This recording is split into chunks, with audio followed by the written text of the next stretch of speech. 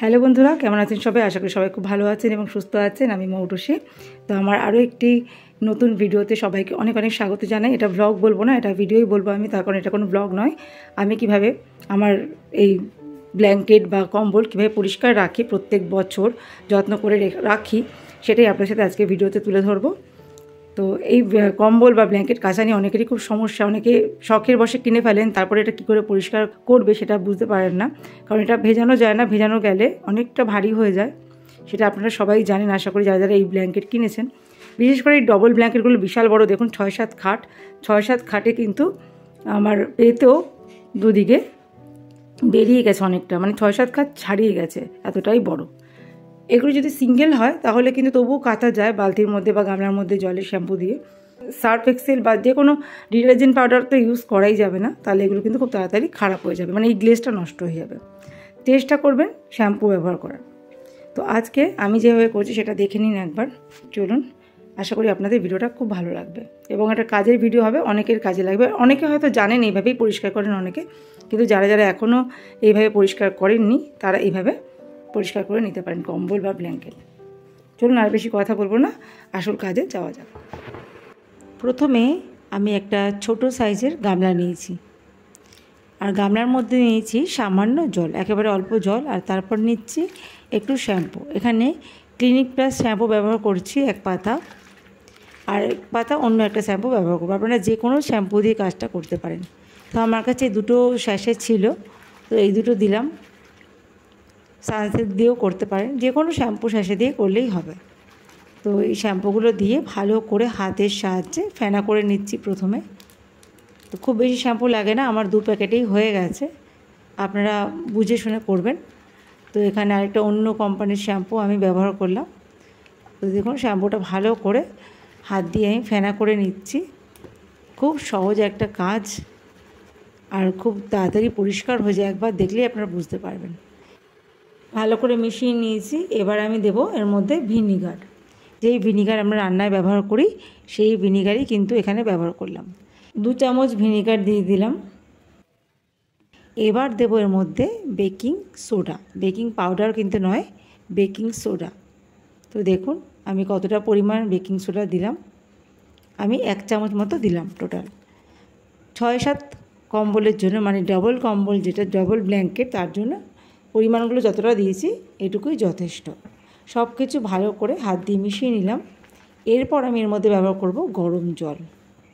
অবশ্যই কিন্তু গরম জল ব্যবহার করতে হবে। গরম জলটা এত গরম আমি হাত দিতে পারছি না, এত গরম জল দিয়ে তো পরিষ্কার করা যাবে না, তাই গরম জলটা একটু হাতে ধরা যায় সেই রকম অবস্থায় এনে তারপর কাজটা করতে হবে।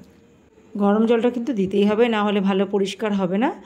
খুব বেশি গরম না, আবার ঠান্ডা জলও না। এই যে আমি বিছানার উপর ব্ল্যাঙ্কেটটা ভালো করে ছড়িয়ে নিয়েছি দেখুন, কারণ বিছানার মধ্যে পেতে করলে ভালো। আর এই কারণে করেছি, বিছানার মধ্যে যে চাদরটা পাতা রয়েছে আমার, এটা আমি কেচে দেবো। ব্ল্যাঙ্কেটটা পরিষ্কার করার পর এটা কাচবো, সেই জন্য এর ওপরই করছি আমি পরিষ্কারটা। আপনারা চাইলে এরকম মেঝের ওপর রেখেও করতে পারেন, যেহেতু আমি চাদরটা কাচবো সেই জন্য বিছানার ওপরেই করছি।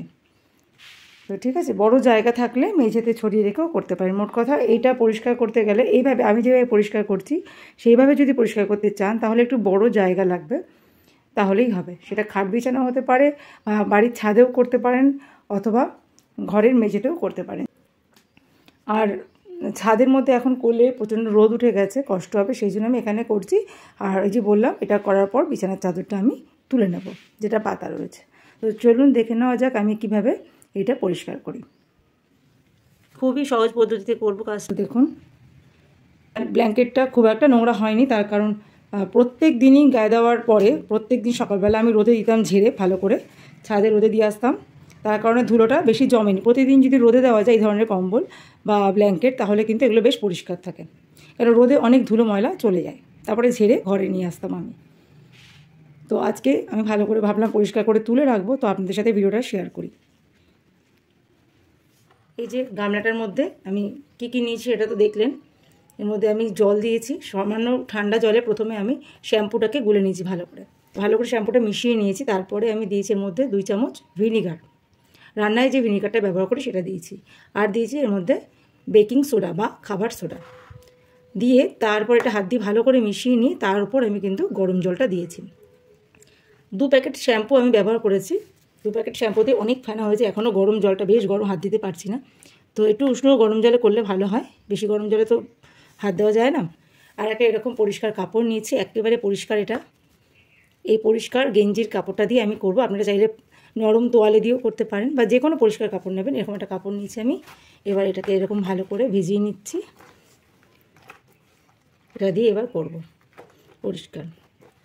এই কম্বল মানে এই ব্ল্যাঙ্কেটগুলো যদি আপনি ভিজিয়ে কাচেন, কোনো গামলায় হোক, বালতিতে, যেখানে হোক, প্রচণ্ড কষ্ট হয় এবং সেটা সম্ভব হয় না। একটা যত বড় গামলাই আপনারা ব্যবহার করবেন, এই বড় বড় কম্বলগুলো কিন্তু ওর মধ্যে ভেজানো সম্ভব হয় না। ভেজানো গেলেও কাচা সম্ভব হয় না।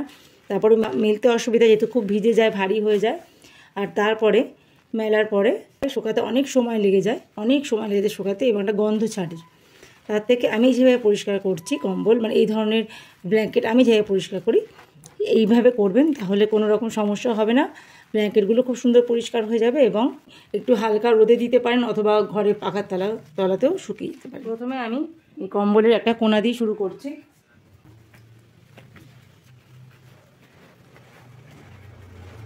তো দেখুন, এভাবে ধীরে ধীরে কাজটা করতে হবে।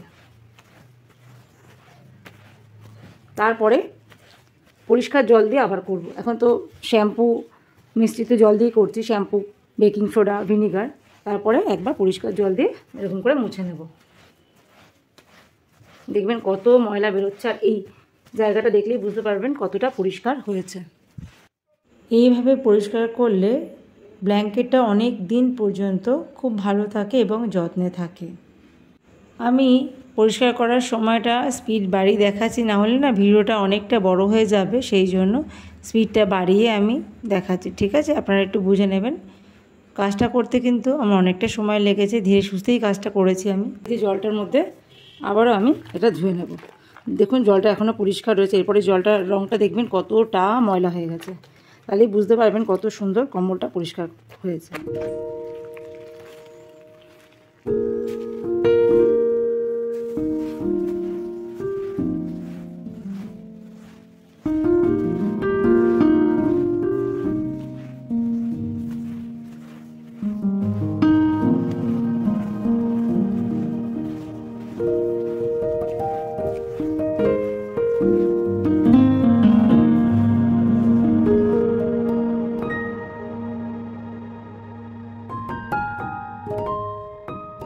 তো এই কোনাটা হয়ে গেছে পরিষ্কার। আর চেষ্টা করবেন এই যে ব্ল্যাঙ্কেটের যেই নরম নরম অংশগুলো আছে সুতোর মতন, যেটা ওপর থেকে ভেলভেটের মতন, সেটা যেই দিকে আছে সে তার উল্টো দিকে এটা ঘষা। তাহলে দুধে একবার এদিক করে করবেন, একবার এরকম করে করবেন, তাহলেই বুঝতে পারবেন। দেখেছেন, একবার এরকম করে করছি তুলোর সোজা দিকে, একবার বিপরীত দিকে করছি।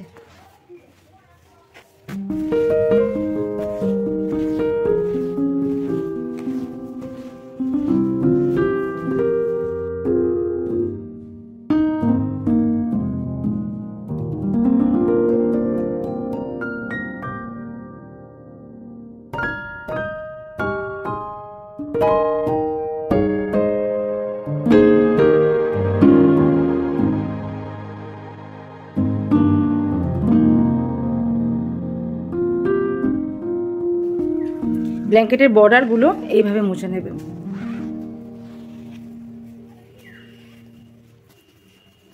ঠিক এইভাবেই ব্ল্যাঙ্কেটের বিপরীত দিকটাও একইভাবে পরিষ্কার করবেন। আমি এক পিঠই দেখাচ্ছি, নাহলে ভিডিওটা অনেক বড় হয়ে যাবে। তো বন্ধুরা, ওই কোণা থেকে শুরু করেছিলাম পরিষ্কার করা, আস্তে আস্তে সম্পূর্ণটাই পরিষ্কার করেছি। এই যে গোলাপটা দেখছেন, গোলাপটা দেখুন কতটা উজ্জ্বল হয়ে গেছে, আলাদা একটা চকচকে ভাব চলে এসছে। ওই যে কোণাটা দেখছেন ওটা কিন্তু এখনও পরিষ্কার করিনি। ওই দুটোর মধ্যে আপনারা গ্লেজ দেখলেই বুঝতে পারবেন। এই দিকটা, মানে একটু আলোটা দিই, এই দিকটা গ্লেজ আর এদিকটা গ্লেজ দেখুন কত তফাৎ। ওই দিকটা এখনও পরিষ্কার করিনি, জানি না ক্যামেরায় কতটা বোঝা যাচ্ছে, তবে আমি খালি চোখে পুরো বুঝতে পারছি ওই জায়গাটা যে পরিষ্কার করা হয়নি। এই জায়গাটা একটা আলাদা গ্লেজ চলে এসছে, ভীষণ ভালো লাগছে। ঠিক এইভাবেই উল্টো দিকটাও আমি করে নেব পরিষ্কার। আশা করি আজকের ভিডিওটা আপনাদের খুব ভালো লাগবে এবং ভীষণ ইউজফুল একটা ভিডিও আজকে শেয়ার করছি। অনেকের কাজে লাগবে, অনেকে জানে, যারা জানে তাদের কোনো ব্যাপার না, কিন্তু যারা জানে না ব্ল্যাঙ্কেট কীভাবে সহজ পদ্ধতিতে পরিষ্কার করা যায় তাদের আজকে থেকে চিন্তা মুক্তি। প্রত্যেক বছর শীতকালে ব্ল্যাঙ্কেট ব্যবহার করবেন এবং এইভাবে পরিষ্কার করে গুছিয়ে তুলে রাখবেন, আর কোনো চিন্তা নেই।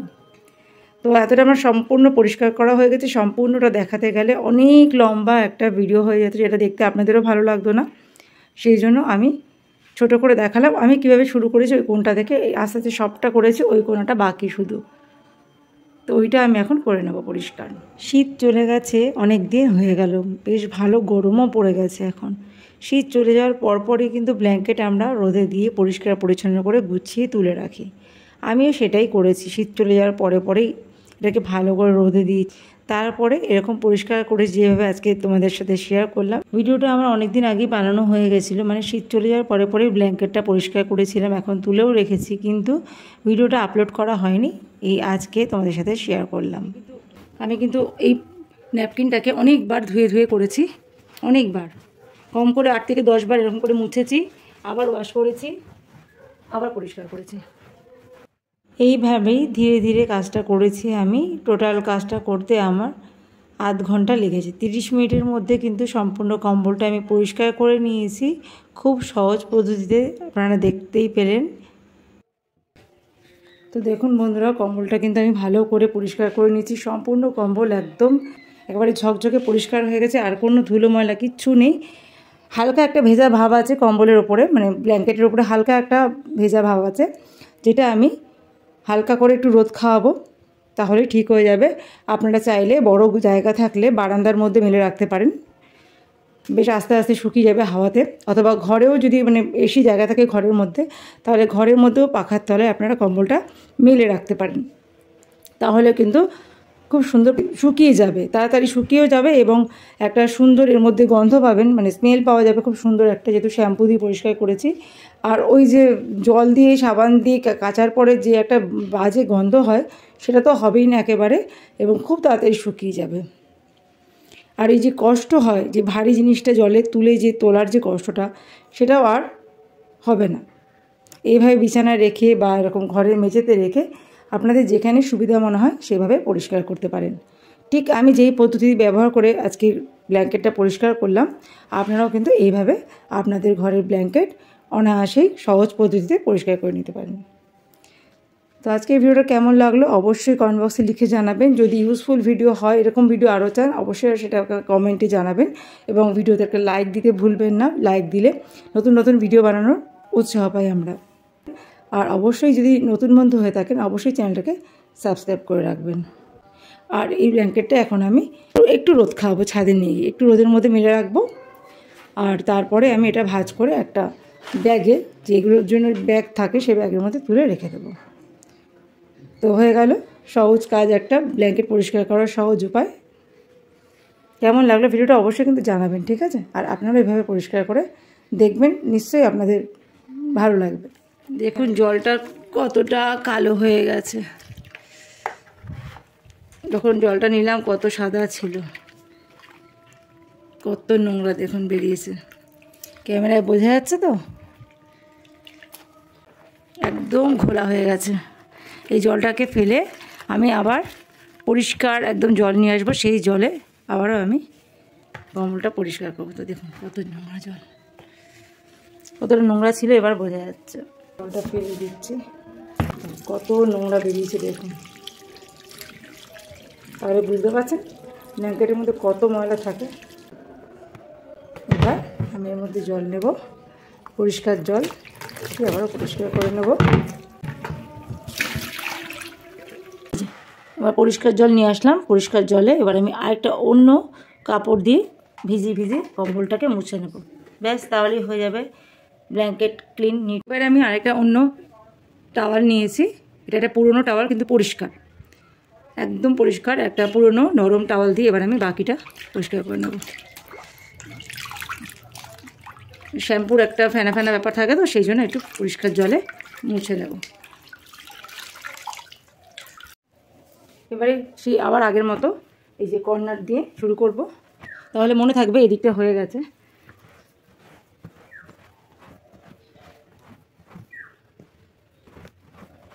খুব ভালো পরিষ্কার হয় বন্ধুরা। আপনারা প্লিজ ট্রাই করবেন। যারা এইভাবে এখনও ব্ল্যাঙ্কেট পরিষ্কার করেননি, এইভাবে পরিষ্কার করবেন ভাবছেন, তারা কিন্তু এইভাবে অনায়াসেই পরিষ্কার করে নিতে পারেন। আমার মনে হয় এই পদ্ধতিতে ব্ল্যাঙ্কেট পরিষ্কার করলে জিনিসটা অনেক দিন পর্যন্ত ভালো থাকে এবং অনেক টেকসই হয়, আর পরিষ্কারও কিন্তু বেশ ভালো হয়। গরম জল আর বেকিং সোডা, ভিনিগার, শ্যাম্পু দিয়ে পরিষ্কার করার পর অবশ্যই কিন্তু পরিষ্কার ঠান্ডা জলে আরও একবার পরিষ্কার করে মুছে নেবেন। তো বন্ধুরা, আমার কিন্তু ব্ল্যাঙ্কেট পরিষ্কার একদম হয়ে গেছে। ব্ল্যাঙ্কেটটাকে আমি ভালো করে পরিষ্কার করে ভাঁজ করে রেখেছি। এবার একটু আমি এটা রোদে দেব। আপনারা চাইলে রোদে না দিয়ে বাড়িতে যদি বড় বারান্দা থাকে, সেই বারান্দাতেও কিন্তু টানিয়ে শুকাতে পারেন। এটা প্রায় শুকনো হয়েই গেছে, মুছতে মুছতে রোদে দিতে পারেন, বা পাখার তলায় রেখেও কিন্তু একটু শুকিয়ে নিতে পারেন। আমি একটু রোদে দেবো, তার আগে আজকে একটু ভাঁজ করে রাখলাম। তো দেখেই বুঝতে পারছেন ব্ল্যাঙ্কেটটা কত সুন্দর পরিষ্কার রয়েছে। ক্যামেরায় জানি না কতটা ধরা পড়ছে, আমি তো নিজে বুঝতে পারছি ব্ল্যাঙ্কেটটা খুব ভালো পরিষ্কার রয়েছে আর হালকা হয়েছে। ব্ল্যাঙ্কেটটা যখন ধুলো পড়েছিল, নোংরা হয়েছিল, তখন কিন্তু বেশ ওয়েট ছিল, আর এখন পরিষ্কার করার পর অনেকটা হালকা লাগছে আমার। তো এখানে ছাদে একটা দড়িতে মেলে দিয়েছি। এই কিছুক্ষণ ঘন্টাখানেক রোদে দিয়ে আমি এটা নিয়ে যাব। তারপর ঠান্ডা করে আমি ভালো করে যে প্যাকেটটা থাকে ব্ল্যাঙ্কেটের যে বাস্কটা, তার মধ্যে ভরে রেখে দেবো। তো বন্ধুরা, আজকে এখানে বিদায় নিচ্ছি। ভিডিওটা যদি কাজে লাগে অবশ্যই আমাকে কমেন্ট বক্সে লিখে জানাবেন, আর অবশ্যই নিজেরা কিন্তু এভাবে ব্ল্যাঙ্কেট পরিষ্কার করতে পারেন। জানি ভিডিওটা অনেক বড় হয়ে গেল, কিন্তু ভালোভাবে একদম সম্পূর্ণ ভিডিওটা দেখাতে চেয়েছি আমি কিভাবে পরিষ্কারটা করেছি, একটু স্কিপ করিনি। হয়তো কিছু জায়গায় স্পিড বাড়িয়ে ভিডিওটা দেখিয়েছি, কিন্তু স্কিপ করিনি একটু। আমি যেভাবে পরিষ্কার করেছি সম্পূর্ণটাই আপনাদের সাথে শেয়ার করলাম। যদি ভিডিওটা ভালো লেগে থাকে অবশ্যই শেয়ার করবেন সবার সাথে। ভালো থাকবেন সবাই, সুস্থ থাকবেন এই কামনা করি। আর প্রথম থেকে শেষ পর্যন্ত ভিডিওটা দেখার জন্য অসংখ্য ধন্যবাদ জানাই আপনাদের।